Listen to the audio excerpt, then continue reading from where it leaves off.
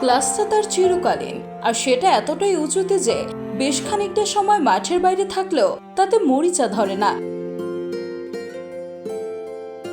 তিনি Lionel Messi, তার মতো আর কেউ আসেননি, ভবিষ্যতেও আসবেন কিনা সন্দেহ। সেই মেসি যখন দীর্ঘদিন পর ইন্টার মায়ামির জার্সিতে মাঠে নামলেন, তখন একটা ধামাকাই হলো। 2 মাস 2 দিন পর মাঠে নেমে তিনি জোড়া গোল করলেন। একটা গোল করালেন প্রিয় বন্ধু লুইস সুজারেসকে দিয়ে। 4 মিনিটের মধ্যে 2 গোল করলেন। মেসি জানিয়ে দিলেন তিনি ফুরিয়ে যাননি। কি জানে, বিধাতা নিশ্চয়ই সযত্নে লিখেছেন লিওনেল মেসির এই প্রত্যাবর্তন কাব্য। মেসি সুয়ারেসদের দাপটে ইন্টার মায়ামি জিতেছে 3-1 ব্যবধানে।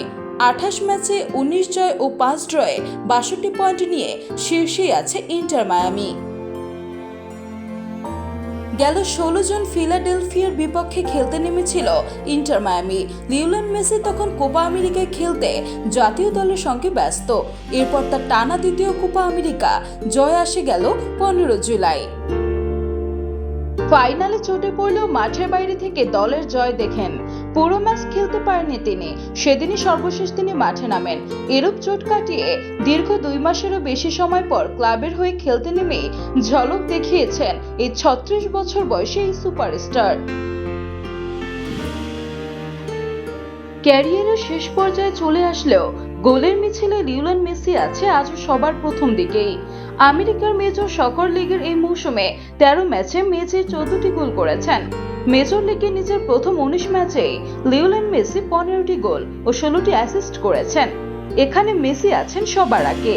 একই কীর্তি গড়তে সেবাস্টিয়ান জিওভেন্সোর লেগেছিল 29 ম্যাচ। আর 2টো গোল পেলেই লিওনেল মেসি গঞ্জালো হিগুয়েইনের সাথে যৌথভাবে ইন্টার মায়ামির সর্বকালের সেরা গোলদাতা বনে যাবেন। মেসির গোল এখন 27, এর মধ্যে 10টি লিগ কাপে আর 2টি কনকাকাফ চ্যাম্পিয়ন কাপে। গোল করা এতটাই সহজ ব্রেনগোহের এই ফুটবলারের জন্য।